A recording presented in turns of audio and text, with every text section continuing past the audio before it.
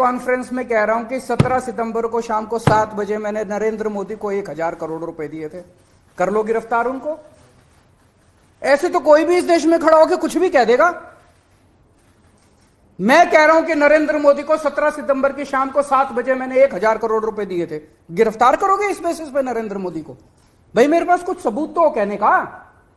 कोई तो मैं कहूंगा भाई मेरे पास ये सबूत है, मैंने दिए थे। ऐसे ही कोई कुछ भी खड़ा होकर कह देगा और गिरफ्तार कर लोगे। 100 करोड़ रुपए दिए, 100 करोड़ रुपए दिए गोवा चुनाव। अरे कहां है सबूत? कोई सबूत नहीं है। ये पॉलिसी इतनी शानदार पॉलिसी थी, ट्रांसपेरेंट पॉलिसी थी, जो भ्रष्टाचार खत्म कर देती पूरे के पूरे शराब सेक्टर में। ये इस बात से साबित होता है कि ये पॉलिसी जब पंजाब में लागू की गई, पूरी कॉपी पेस्ट पॉलिसी है, जब पंजाब में लागू की गई तो इस पॉलिसी से 50% रेवेन्यू एक साल के अंदर बढ़ गया। 50% रेवेन्यू दिल्ली के अंदर इन्होंने लागू नहीं की, करने दी। पंजाब के अंदर इनकी चली नहीं, क्योंकि पंजाब एक फुल स्टेट है। तो मैं मोदी जी को कहना चाहता हूं, मोदी जी अगर केजरीवाल भ्रष्टाचारी है तो फिर इस दुनिया के अंदर कोई ईमानदार नहीं है। मुद्दा भ्रष्टाचार है ही नहीं, मुद्दा भ्रष्टाचार की जांच है ही नहीं, मुद्दा शराब घोटाला है ही नहीं। ऐसा शख्स देश का प्रधानमंत्री जो सर से लेकर पैर तक भ्रष्टाचार के अंदर डूबा हुआ है, उसके लिए भ्रष्टाचार मुद्दा कैसे हो सकता है? पिछले मार्च के आखिरी हफ्ते के अंदर मैंने इतने सारे असेंबली के अंदर इतने सारे गिनाए थे भ्रष्टाचार जो इन्होंने किए हैं। इतने भ्रष्टाचार गिनाए थे इन्होंने। तो मेरे को तभी कह दिया था उस दिन, जिस दिन असेंबली में मैंने स्पीच दी थी, शाम को संजय सिंह का मैसेज आया कि अरविंद जी अब अगला नंबर आपका है। कल सत्यपाल मलिक जी ने एक इंटरव्यू दिया, मैं वो सुन रहा था।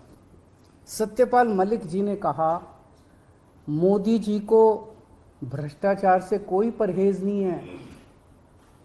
ये मैं तो नहीं कह रहा हूं, ये तो उनके अपने गवर्नर कह रहे हैं। सत्यपाल मलिक जी कौन है? सत्यपाल मलिक जी मोदी जी के बहुत खास लोगों में गिने जाते थे। उन्हें पहले उन्होंने जम्मू कश्मीर का गवर्नर बनाया, फिर उन्हें गोवा का गवर्नर बनाया, फिर उन्हें मेघालय का गवर्नर बनाया। उन्होंने कहा कि मेरे जो इंटरेक्शन हुए मोदी जी के साथ, उसमें पता चला है कि मोदी जी को भ्रष्टाचार से किसी तरह का परहेज नहीं है। उसी इंटरव्यू में उन्होंने कहा कि इन लोगों के कुछ मुख्यमंत्री हैं जो भ्रष्टाचार करते हैं, खूब पैसे इकट्ठे करते हैं, लेकिन वो सारा पैसा मुख्यमंत्री अपने पास नहीं रखते। वो पैसा ऊपर भेजते हैं और वहां से वो पैसा उनकी दोस्त की कंपनियों के अंदर इन्वेस्ट होता है। मैंने भी तो इसी तरह का कुछ कहा था अपने उसमें। तो चलो मेरी बात तो नहीं मानी, अब तो गवर्नर इनके अपने गवर्नर कह रहे हैं। तो ऐसा व्यक्ति जो इतना भ्रष्टाचार कर रहा है, उसके लिए भ्रष्टाचार मुद्दा हो ही नहीं सकता। उनके लिए भ्रष्टाचार मुद्दा थोड़ी है। तो फिर ये आम आदमी पार्टी के पीछे क्यों पड़े हैं? 75 साल के भारत के इतिहास में किसी एक पार्टी को इतनी बुरी तरह से टारगेट नहीं किया गया जिस तरह से आम आदमी पार्टी को ये लोग टारगेट कर रहे हैं। नंबर 2 को गिरफ्तार कर लिया, नंबर 3 को गिरफ्तार कर लिया, और उनको गिरफ्तार करने का तो मकसद इनका यही था कि मेरी गर्दन तक पहुंचना। तो अब ये मेरे पीछे पड़े हैं, मुझ तक पहुंचने की कोशिश कर रहे हैं। किसी पार्टी को इस तरह से नहीं टारगेट किया गया जिस तरह से आम आदमी पार्टी को टारगेट किया गया। उसका एक कारण है। वो कारण है कि 75 साल के बाद आम आदमी पार्टी ने इस देश को एक ऐसी उम्मीद दी है जो कि कोई पार्टी नहीं दे पाई।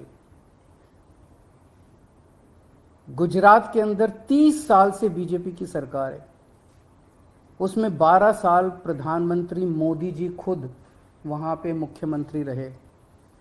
30 साल के अंदर ये एक सरकारी स्कूल ठीक नहीं कर पाए, एक भी सरकारी स्कूल ठीक नहीं कर पाए। जब मोदी जी को फोटो खिंचवाने के लिए सरकारी स्कूल में जाना था तो एक टेम्पोरेरी क्लास, एक टेंट के अंदर टेम्पोरेरी क्लास बनानी पड़ी इनको फोटो खिंचवाने के लिए। फोटो खिंचवाने लायक सरकारी स्कूल भी नहीं बना पाए।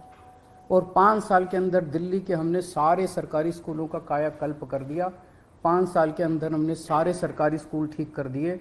इस देश के लोगों को आम आदमी पार्टी ने एक उम्मीद दी है कि केवल आम आदमी पार्टी उनकी गरीबी दूर कर सकती है, उनको शिक्षित कर सकती है, उनके बच्चों को रोज़गार दे सकती है। आम आदमी पार्टी ने इस देश के लोगों को उम्मीद दी है। प्रधानमंत्री जी उस उम्मीद को कुचलना चाहते हैं। प्रधानमंत्री जी नहीं चाहते कि वो उम्मीद आगे बढ़े, क्योंकि अभी तक इन सारी पार्टियों को की मिलके जो लूट चल रही थी, अगर इनको स्कूल बनवाने पड़ गए, इनको अस्पताल बनवाने पड़ गए, तो उनको लूटने के लिए पैसे नहीं बचेगा। तो कल इन्होंने मेरे को बुलाया है, मैं जाऊंगा कल सीबीआई में, और मैं फिर से अंत में यही कहना चाहता हूं कि प्रधानमंत्री जी, अगर केजरीवाल चोर है, केजरीवाल भ्रष्टाचारी है, तो इस दुनिया में कोई ईमानदार नहीं है। सर, क्या आपको आशंका है कि कल जब आप पूछताछ जाएंगे तो गिरफ्तारी हो सकती है आपकी? संडे का दिन है, जैसे मनीष जी को अरेस्ट किया था, आपको भी कर सकते हैं? भाई ये बीजेपी वाले तो मैं कल से देख रहा हूँ प्रेस कॉन्फ्रेंस कर करके यही कह रहे हैं कि केजरीवाल को गिरफ्तार करेंगे। तो अगर बीजेपी ने सीबीआई को ऑर्डर दे दिए हैं कि गिरफ्तार करना है, तो फिर सीबीआई उसको नकार कैसे सकती है? बीजेपी के ऑर्डर तो मानेंगे वो लोग। Thank you.